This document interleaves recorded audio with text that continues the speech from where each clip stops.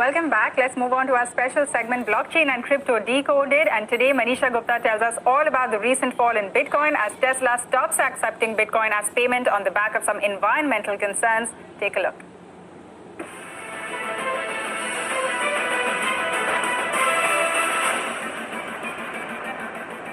Well, the Bitcoin prices have come off nearly 25% from its all-time highs of $64,000. The latest trigger comes in after Tesla's Elon Musk says that they are halting purchases of vehicles using Bitcoin. This comes in exactly 2 months after the corporate actually had allowed it. They also say that the increased use of fossil fuels for Bitcoin mining is one of the reasons that they are doing it, and they do intend to resume this after the more sustainable energy is being used by Bitcoin mining there. And they also say that they would be looking out for those cryptocurrencies that use less than 1% of Bitcoin's energy per transaction.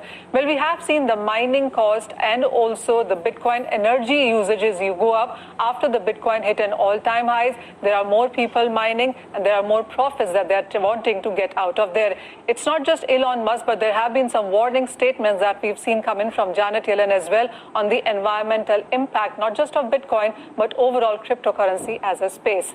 Now, when you look at the usage of electricity by Bitcoin, it is said that the energy usage is higher than countries like Sweden and Malaysia at this point in time. I want to put across a couple of bar charts to tell you on what has been the increase in sense of electricity. So when we started a couple of years back in 2019, it started with nearly 38 TWh in sense of electricity usage. It has been doubling every year, as you can see. In this year, we started with 115, but the last 3 months, and this is the time when the Bitcoin prices have gained up by nearly 70%, we have seen the electricity usage also go up quite strongly. This is a bit of a concern. There are other comparable numbers as well, which various research agencies have been putting out. To start with, when it comes to the carbon footprint, that can be compared to Singapore's footprint. So one country equal to a Bitcoin is how the consumption really has been. And when it comes to the electricity usage itself, that can be compared to the country of Netherlands in sense of power consumption. And that's not all. When you look at the e-wastage in the markets there, that can be compared to nearly Luxembourg on what they do in a year. So there are all of these concerns, various research studies coming in, which continue to weigh onto the cryptocurrency markets as of now.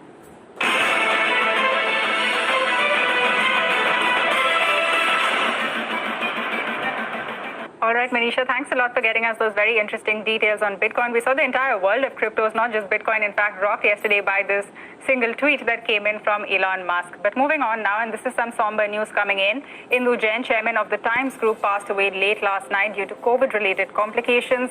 She was a lifelong spiritual seeker, pioneering philanthropist, distinguished patron of the arts, and a passionate proponent of women's rights.